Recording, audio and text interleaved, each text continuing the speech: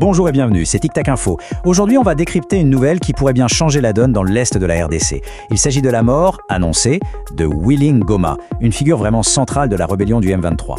Alors voilà, la nouvelle est tombée et elle a été confirmée par plusieurs sources militaires. Willing Goma, qui était le porte-parole militaire ultra-médiatique de la rébellion M23 AFC, eh bien il aurait été tué pendant de violents combats. Et ça, c'est potentiellement un coup très très dur pour le mouvement rebelle. Du coup, la vraie question qu'on doit se poser, et c'est ce qu'on va explorer ensemble, c'est d'accord, ils ont perdu un officier. Mais au-delà de ça, qu'est-ce que ça signifie vraiment pour le M23 ?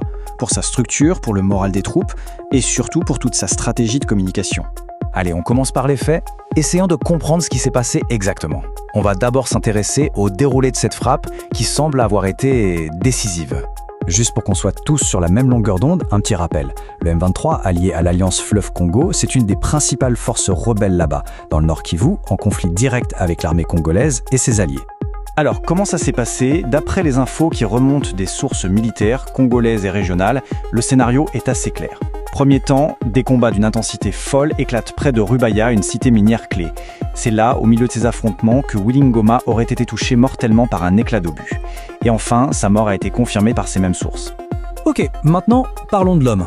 Parce que pour vraiment comprendre l'onde de choc que ça représente, il faut savoir qui était Willing Goma. Et on va voir que c'était bien plus qu'un simple soldat. Son rôle ?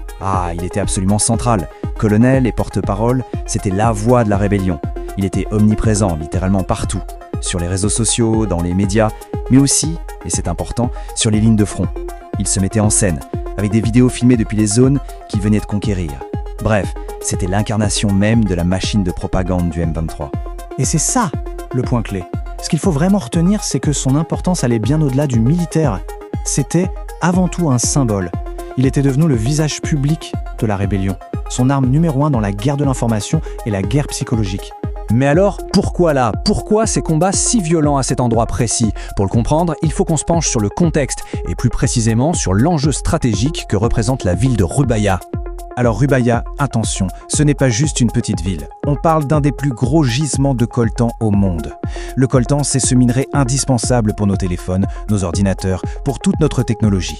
Donc on imagine bien, contrôler Rubaya, ça veut dire contrôler une source de revenus absolument gigantesque et un pion essentiel sur l'échiquier stratégique. En résumé, la valeur de Rubaya est énorme. Que ce soit pour ses minerais, pour l'argent que ça génère, ou simplement pour sa position sur la carte, son contrôle est une priorité absolue.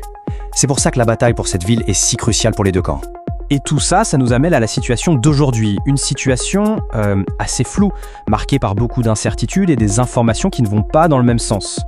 Voilà le tableau. D'un côté, on a les sources militaires, congolaises et régionales, qui sont formelles. Willing Goma est mort. Et de l'autre ? Eh bien de l'autre, c'est le silence radio complet du côté du M23 AFC.